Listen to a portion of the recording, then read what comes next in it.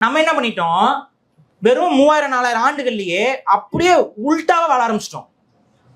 அப்ப இந்த 3000-4000 ஆண்டுகள்ல நம்ம உள்டாவா வாழ ஆரம்பிச்ச உடனே நம்மளுக்குள்ள இயற்கையாகவே குறைபாடுகள், பிரச்சனைகள் இதெல்லாம் பெருகிருச்சு. இதையெல்லாம் உணர்ந்துதான் சித்தர்கள் என்ன பண்ணாங்கன்னா காட்டுக்கு போனாங்க திரும்ப. புரியுதுங்களா? மனிதன் காட்டுல ஒரு அங்கம். அப்ப அவனுக்கு தேவையான பல விஷயங்கள் காட்டுக்குள்ளதான் கிடக்குது. இந்த வெட்ட வெளிகள்ல ஒண்ணும் இல்லை. அப்ப திரும்ப அவங்க காட்டுக்குள்ள போயிட்டு ஒவ்வொரு மூலிகை, ஒவ்வொரு செடிகள், அவர்களுடைய ஐயா சொன்னது போல சொல்லியிருந்தாரு. அது நானுமே சில குறிப்புகள்ல படிச்சு எனக்கு அது அது எனக்கு தெரியல. அது ஒரு ஆன்மீக தன்மையில தான் அது இருக்கு. அறிவியல் தன்மையில நமக்கு அது புரியல. அதாவது என்னன்னா, அவங்க என்ன சொல்றாங்க, ஒரு குறிப்பிட்ட நாள் அன்னைக்கு இந்த மூலிகைகள் கிடைக்கக்கூடிய இடங்களுக்கு சித்தர்கள் போகும் பொழுது இந்த மூலிகை செடிகள் ஒளி, அதாவது இருட்டுல அவங்களுக்கு வெளிச்சமா காட்டுங்கிறாங்க. இது இது நிறைய இடத்துல குறிப்பு இருக்குங்க.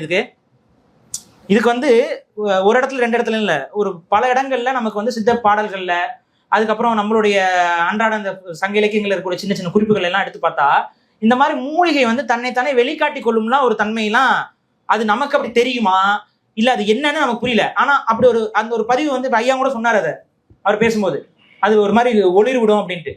சித்த குறிப்புகள் அப்படிதான். அவங்க போகும்போது அந்த மருத்துவ செடிகள் தங்களை வெளிக்காட்டி கொள்ளும்.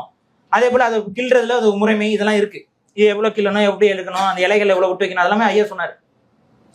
அப்ப இத்தனை ஒரு பாரம்பரிய வாழ்வியலை தான் நம் சித்தர்கள் ஒவ்வொருத்தரும் அவங்களுடைய வாழ்க்கையை முழுக்க தியாகம் செய்து உருவாக்கி வச்சதுதான் நம்மளுடைய சித்த மருத்துவம். அதுல குறிப்பா நம்ம இன்னைக்கு அறியப்படுற வரலாறு என்னன்னா, சித்த மருத்துவர்னா நமக்கு அகத்தியர் தான் அதாவது சிவபெருமான் அதை மனிதர்களுக்கு கொடுத்தார், உலகத்திற்கு கொடுத்தாருங்கிறது ஒரு இதா இருந்தாலும், அகத்தியர் இதை ஒரு வடிவத்திற்குள் கொண்டு இதை ஒரு மருத்துவ முறையாக மாற்றினார் அப்படிங்கிறதான் நம்பிக்கையாக பார்க்கப்படுது. அகத்தியர் தான் இதுல ஃபர்ஸ்ட்.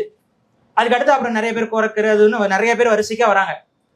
அப்ப எல்லா சித்தர்களுக்குமே அடிப்படையில இந்த மருத்துவம் செய்யக்கூடிய தன்மை, ஏன்னா அன்னைக்கு மனிதர்களுக்கு ஒரு அசௌரியம் வரும் பொழுது அந்த மருத்துவ தன்மையெல்லாம் இருக்கு. இதுல இன்னொன்னு இங்க பேசும்போது ஒருத்தவங்க சொன்னாங்க, அதாவது ஒரு சைக்காட்ரிஸ்ட போய் பார்க்குறோம் அப்படின்னு.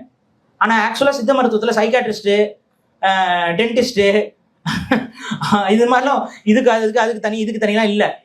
சித்த மருத்துவர்னா அவருக்கு முழுமையாகவே மனம் சார்ந்த பிரச்சனைகள், மனக்கோளாறுகளை பற்றியான புரிதல் இருக்கணும், தெரிஞ்சிருக்கணும்.